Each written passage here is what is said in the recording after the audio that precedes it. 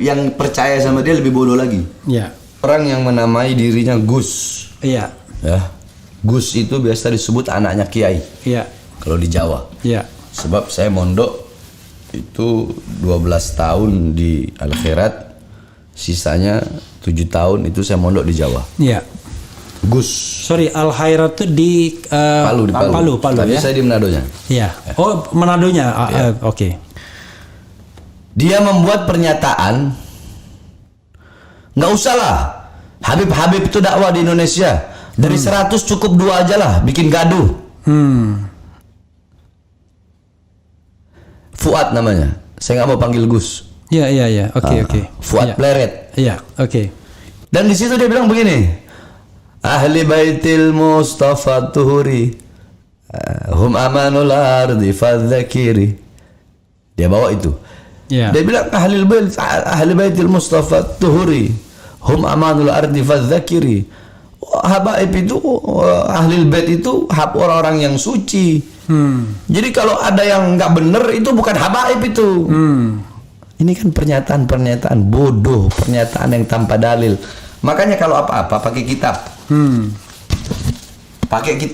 pakai maroji. Saya sebenarnya nggak mau nanggepin. Ya, sipulan aja. Nggak, Fuad. Iya, oke. Karena ini masalah habaib. Iya, oke. Udah gitu, dia membawa nama ulama besar Banjarmasin. Iya. Ya, Guru Zaini yang terkenal kecintaannya sama habaib. Iya. Gitu loh. Saya bilang kalau nggak ada habaib, mungkin si Fuad itu masih nyembah pohon. Kenapa? Karena Wali Songo itu habaib.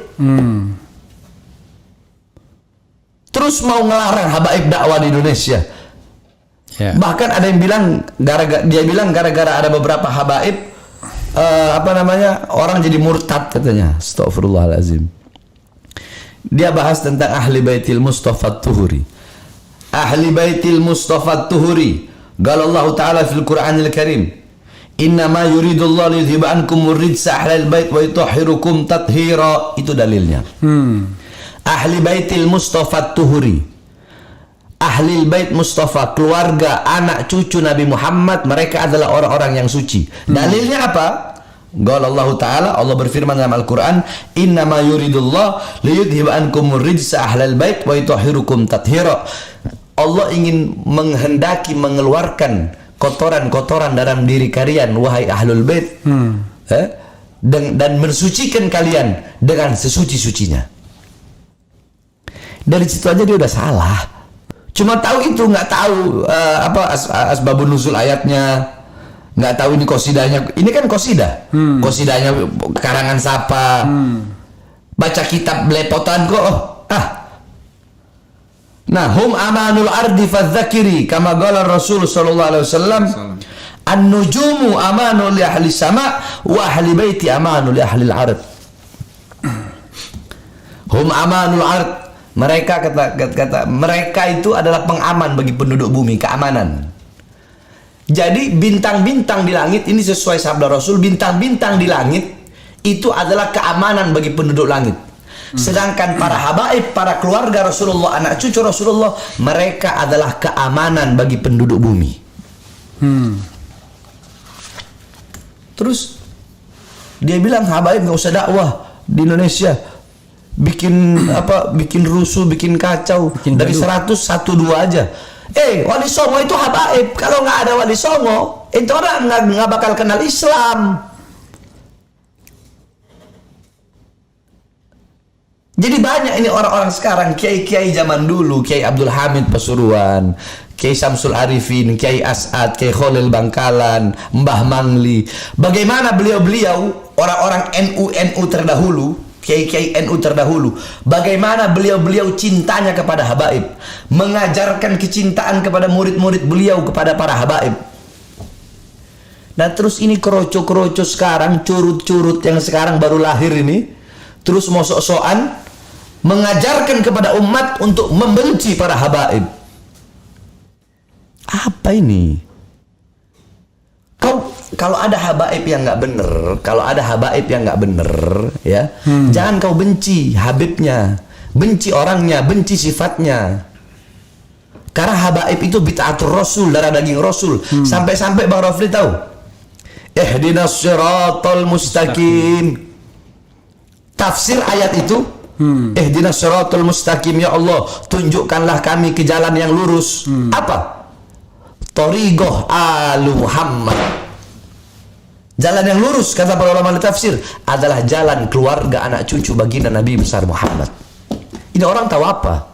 Hah? Kenapa? Karena berapa banyak habaib-habaib. Habib Umar bin Hafid datang dari Yaman, Habib Abu Bakar al-Masyhur datang dari Hadramut, Abu Ya Maliki, guru kami, guru-guru kami. Mereka yang menyebarkan Islam, orang tahu mana halal, mana baik, para wali songo. Kok bisa dibilang seperti itu? Kok mengajarkan kebencian dalam diri orang kepada para habaib?